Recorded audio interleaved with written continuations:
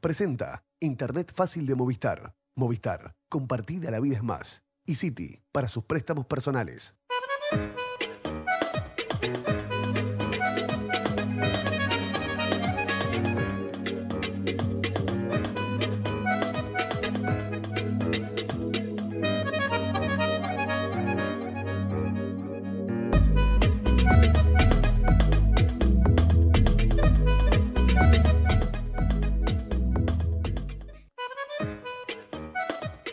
Buenas noches, bienvenidos a Claves Políticas. Estamos en Nuevo Siglo TV, en tiempos en que los debates políticos van rotando por distintas áreas y con distinta intensidad. El impuesto a la concentración de la tierra está en discusión en el Parlamento, en la Comisión de Hacienda de Diputados y también en la bancada de frente. Sobre eso vamos a estar más adelante. Buenas noches, Martín Vigiano. Y otro tema es el tema de la salud. Sí, porque hace estuvo en debate la administración, la gestión de los servicios de salud del Estado, y también vamos a estar con ese tema, con repercusiones de legisladores de la oposición y también del Frente Amplio. Y para comenzar, le damos la bienvenida, un gusto tenerlo aquí con nosotros, al ministro de Trabajo y Seguridad Social, Eduardo Brenta. Mucho gusto, igualmente para mí. Bueno, y en trabajo, hablábamos antes de comenzar el programa, estamos en un momento donde el desempleo está a niveles históricos muy bajos. Ya ni se habla de estructural, ¿no? Hay otros términos académicos que ya es por debajo del estructural. Ahora se habla de desempleo friccional. En realidad, efectivamente, los niveles de desempleo son muy bajos, los más bajos de que hay registro, con los indicadores que se miden a nivel internacional, porque a veces esto también se pregunta, bueno, ¿cómo se mide? Se mide como se mide en el mundo entero. Pero yo creo que esto hay que mirarlo desde el punto de vista no solo de lo que significa como elemento positivo, desde el punto de vista del mundo del trabajo y de la cohesión social, ¿no? También la lucha contra la pobreza. De alguna manera, el trabajo y la política salarial son herramientas muy importantes, sino también desde el punto de vista de los desafíos que esto plantea el país, ¿verdad? Porque nosotros hemos insistido siempre en que uno visualiza muy claramente cuando, cuando no falta una carretera, que no se puede instalar un emprendimiento en ese lugar, claro, si no hay forma de transportar el producto a los puertos, por ejemplo. O claramente advierte que si uno no tiene energía suficiente para mover una máquina, evidentemente no hay industria que pueda funcionar. Pero no se advierte tan claramente que la carencia de recursos humanos calificados constituye una limitante al crecimiento. Y nosotros entendemos, y hemos trabajado mucho desde el Observatorio del Mercado de Trabajo del Ministerio de Trabajo, en referencia a cuál es nuestra situación desde el punto de vista de los recursos humanos. Cuál es el potencial de Uruguay, hasta dónde podemos llegar.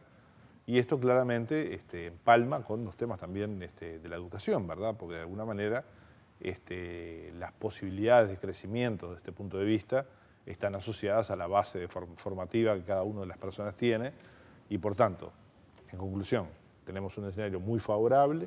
Las expectativas de crecimiento del empleo en función del crecimiento de la economía por un lado, pero también de las políticas que el gobierno tiene en materia de orientación de las inversiones, por ejemplo. Hoy estamos cambiando el decreto que regula la promoción de inversiones, estableciendo dos criterios nuevos, calidad del empleo y formación, dos elementos que no estaban. Hasta ahora lo que había era cuantificación del empleo. Bueno, estas posibilidades nos plantean un horizonte distinto y desafíos. Eso a los efectos de conservar beneficios en la política de fomento de inversiones. Quien venga a invertir a Uruguay, en general, por lo general, optaba por el indicador empleo. El indicador empleo es un indicador cuantitativo. ¿Cuántos puestos de trabajo usted va a generar? Hoy estamos preguntando cuántos puestos de trabajo va a generar, qué salarios va a pagar, que es el indicador que hemos encontrado, yo diría, más sencillo, porque eso tiene que ser fácil de aplicar, digamos. Cuántos puestos de trabajo va a crear, cuántos salarios va a pagar, qué nivel salarial va a tener, y al mismo tiempo la posibilidad de asumir compromisos en materia de formación y capacitación profesional de sus trabajadores, con programas aprobados por el Ministerio de Trabajo, e incluso algunas otras políticas que también puntúan que tienen que ver con el tema de la mujer. Porque en la tasa de actividad, que es la que mide a las personas que están ocupadas, digamos, estamos desde el punto de vista de la tasa de actividad de los hombres, yo diría prácticamente en el techo. Entonces la posibilidad de expansión de los recursos humanos están ubicados fundamentalmente en las mujeres y en los jóvenes. Allí es donde está, digamos, la reserva desde el punto de vista de los recursos humanos que el país tiene de aquí en adelante. Entonces hay que tener políticas en este sentido activas de empleo, orientadas a promover el ingreso al mercado de trabajo de mujeres y jóvenes. El país en su conjunto en los últimos tiempos ha sido receptor de inversiones de deporte, ¿no? De algunos que están en proyecto. Y bueno, y el tema laboral, evidentemente, como decía, bueno, forma parte incluso de esas condiciones previas. Ahora, después cuando se ponen en marcha algunas inversiones grandes, le aparecen esos conflictos que generan mucho ruido. Y ahora, digo, no sé, veíamos en estos días Monte del Plata teniendo que informar a su filial en Suecia, Finlandia, Chile, de problemas y transmitiendo un malestar, como diciendo, bueno, pues si empezamos así, empezamos mal. Digo, ¿cómo se ve? Porque ahora vamos a hablar en general de la conflictividad, de los consejos de salario, pero ¿cómo se ve eso? O sea, ¿cómo lo maneja el gobierno? El gobierno primero ve la necesidad de cambiar la calidad de las relaciones laborales. Esto me parece que es un elemento muy importante. Nosotros no podemos tener relaciones laborales hoy de las características que teníamos hace 20 años atrás. Primero porque la realidad de los trabajadores es distinta, porque hay un marco legal con más de 30 leyes aprobadas en el periodo anterior que establecen garantías y derechos de los trabajadores, y por tanto con una equidad, digamos, del punto de vista del trato del gobierno hacia las partes. Esta me parece que es un elemento clave, ¿no? Acá se discutió 5 años sobre el péndulo, yo siempre me he negado a discutir sobre aquello de dónde estaba el péndulo para acá o para allá, pero es cierto que hoy hay, en nuestra opinión, hay equidad, hay derechos que se respetan. Sí, si lo escucha un empresario dice que están del lado de los trabajadores, claro. Sí. De los trabajadores dice que estuvieron 100 años del otro lado. Por tanto, nosotros queremos construir relaciones con equidad, pero queremos construir relaciones modernas.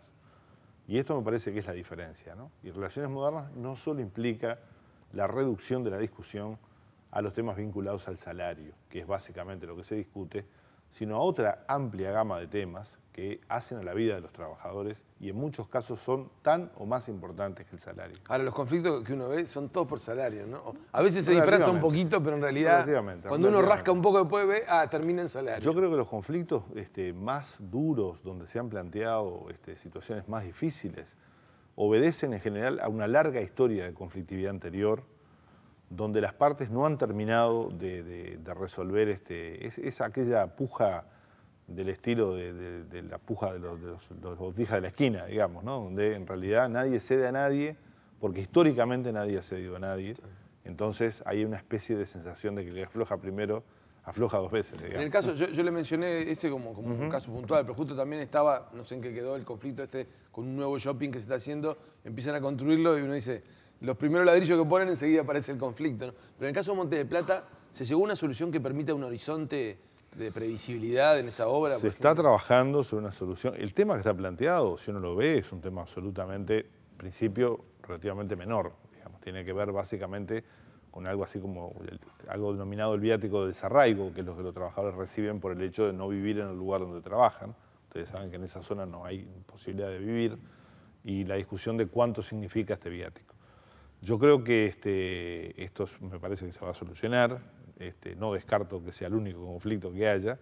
De cualquier manera, creo que estamos mucho mejor preparados para esta situación que la que tuvimos cuando Botnia, ¿no? Con un escenario totalmente diferente. Y me parece que además, en estos últimos tiempos, inevitablemente, y esto no es ni siquiera debe ser considerado una crítica, sino un análisis, todos los conflictos han tenido un componente vinculado al Congreso del PIT-CNT, evidentemente, ¿no? Esto es natural, porque se están jugando posiciones a la interna del movimiento sindical. Nosotros sobre eso no opinamos sobre las posiciones, pero somos conscientes que hay opiniones, que hay posiciones en juego. Y yo creo que de alguna manera todo esto ha tenido que ver, han habido elecciones en muchos gremios, estas cosas influyen, tanto influyen que hemos acordado con los empresarios discutir los temas vinculados a las eventuales modificaciones a la ley de negociación colectiva después del Congreso del PIT-CNT. Claro, pero ¿de qué está hablando usted? ¿De que las corrientes y los sindicatos miden sus fuerzas a la hora de hacer conflictos? Yo creo que hay una lógica instalada, yo diría hasta de alguna manera de forma natural, de que buena parte, que hay una situación donde se demuestran fuerzas, digamos, en instancias previas a estas tan importantes además, ¿no? Mi sensación es que va a haber un escenario posterior, ¿no? Un escenario posterior al Congreso en el cual se va a poder trabajar de otra manera. Pero eso no significa que después del Congreso, primero, en el área de las relaciones laborales hay tensiones, ¿verdad? Y si uno mira el horizonte, yo diría, ¿dónde invierto yo hoy? ¿En Uruguay o en Chile, por ejemplo? ¿No? Yo diría, bueno, yo invertiría en Uruguay. porque en Uruguay las situaciones conflictivas tienen reglas de juego claras y en general los actores aceptan las reglas de juego, ¿no? La huelga es un derecho también, ¿no?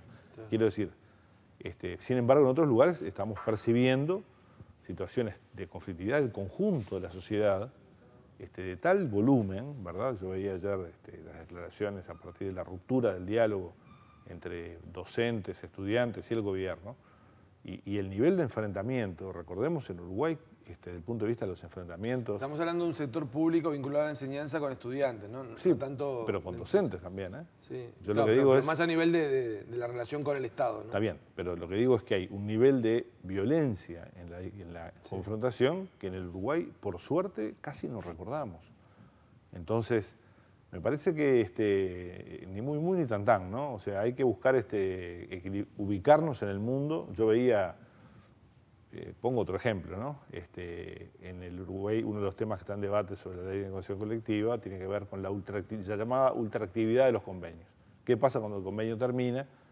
Si los beneficios del convenio continúan o no continúan. Esta discusión, si ustedes hablan del País de Madrid, cualquier diario español, está en pleno debate en España y en buena parte de Europa. No es una discusión de los uruguayos porque estamos 30 años atrasados. Es parte de la discusión de las conquistas que los trabajadores europeos han conseguido. Sí, que no las quieren perder. Y que hoy no las quieren perder en el escenario de la crisis. Lo que pasa es que en el escenario de la crisis la pierden más allá de que estén en el convenio. No la han perdido todavía, ¿no? Quiero decir, están instrumentando formas... La pierden por la variable empleo, o sea... Claro, pero están instrumentando mecanismos a los cuales nosotros, por ejemplo, estamos siguiendo con atención, porque en realidad en el Uruguay las políticas y desde el punto de vista jurídico, el Estado tiene un papel abstencionista en relación a las relaciones laborales, no dirime las diferencias laborales, ¿no? Entonces yo creo que hay que ir pensando en cosas nuevas, no estoy adelantando nada, simplemente estoy intercambiando ideas con ustedes, respecto a la posibilidad de que el Estado pueda tener una injerencia diferente, como por ejemplo existe en otros países donde se laudan en tribunales laborales diferencias de este tipo. Entre colectivas, me refiero, no individuales.